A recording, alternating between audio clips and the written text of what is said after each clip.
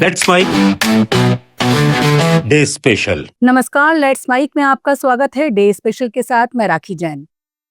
एक ऐसा विचारक जिसने स्वतंत्रता की लड़ाई लड़ी और आजाद भारत में समाजवाद की नींव रखी, राम मनोहर लोहिया। वो नाम जो जनता की आवाज और सामाजिक न्याय का प्रतीक है।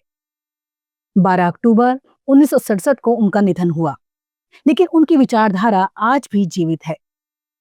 आज हमारे डे स्पेशल में हम लोहिया जी की पुण्यतिथि पर उनकी कहानी सुनेंगे।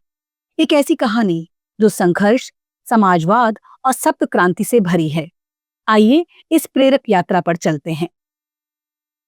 राम मनोहर लोहिया का जन्म 23 मार्च 1910 को उत्तर प्रदेश के अकबरपुर में हुआ। उनके पिता हरिलाल एक व्यापारी थे और मां चंदा देवी घर संभालती थी। बचपन से ही राम तेज बुद्धि के थे। इलाहाबाद में पढ़ाई के दौरान वो जवाहरलाल नेहरू से प्रभावित हुए। 1929 में 19 साल की उम्र में वो कांग्रेस में शामिल हो गए। उन्होंने जर्मनी में अर्थशास्त्र में पीएचडी की और यूरोप में रहकर समाजवाद सीखा। लोहिया ने गांधी जी के सत्याग्रह में हिस्सा लिया और कई बार जेल गए। 1934 में जयप्रकाश नारायण के साथ मिलकर उन्होंने कांग्रेस सोशलिस्ट पार्टी की स्थापना की।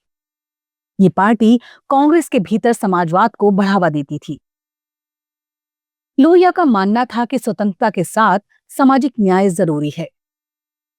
1942 के भारत छोड़ो आंदोलन में उन्होंने भूमिगत रहकर काम किया।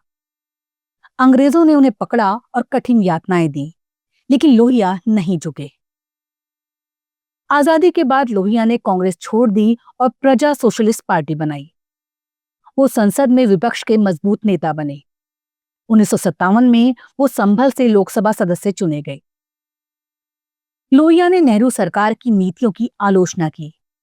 वो कहते थे कि भारत में गरीबी, जातिवाद और असमानता से लड़ना जरूरी है।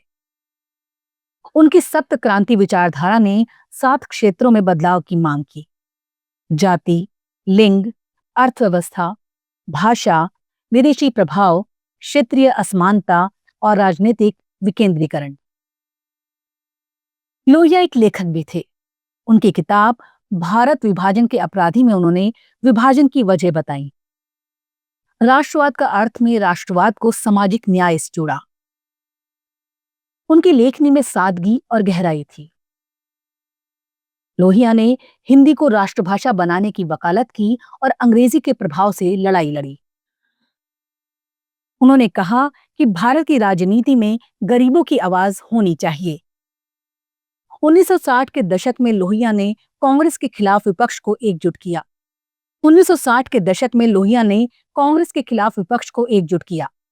1963 में वो कानपुर से लोकसभा के लिए चुने गए। नेहरू से उनकी बहस प्रसिद्ध है। लोहिया ने सरकार की विदेश नीति और आर्थिक असमानता पर सवाल उठाए, लेकिन उनकी सेहत खराब होती गई। 1967 में दिल्ली के विलिंगटन अस्पताल में उनका इलाज हुआ, जहां मात्र 57 साल की उम्र में 12 अक्टूबर को उनका निधन हो गया। लोहिया की मौत ने देश को झकझोर दिया, लेकिन उनकी विचारधारा जीवित रही। सप्त क्रांति ने समाजवाद को नई दिशा दी। आज भी उनके नाम पर योजनाएं चलती हैं, जैसे लोहिया ग्रामीण आवास योजना। उनकी पुण्यतिथि पर सभाएं होती हैं, जहां लोग उनके संदेश को याद करते हैं। लोहिया ने सिखाया कि राजनीति जनता के लिए होनी चाहिए, ना कि सत्ता के लिए। राम मनोहर लोहिया की विचारधारा हमें सिखाती है कि समाजवाद और सामाजिक न्याय से ही सच्ची आजादी मिलती है। उनकी सप्त क्रांति आज भी प्रासंगिक है। आइए उनके संदेश को अपनाएं और एक समान समाज बनाएं। आप सुन रहे थे लेट्स माइक की विशेष प्रस्तुति। इस पर आपकी राय का रहेगा इंतजार। लेट्स माइक के कमेंट बॉक्स में जरूर बताइएगा। आप सब लीक से हटकर बनाए गए हमारे कार्यक्रम पसंद करते हैं, इसके लिए आपका दिल से आभार। चैनल को लाइक और सब्सक्राइब जरूर करिए और जुड़े रहिए लेट्स माइक के साथ। नमस्कार। आप सुन रहे थे let's mic modern radio. Follow कीजिए हमें हमारे सोशल मीडिया प्लेटफॉर्म्स पर। आप सुन रहे थे let's mic modern radio. Follow कीजिए हमें हमारे सोशल मीडिया प्लेटफॉर्म्स पर।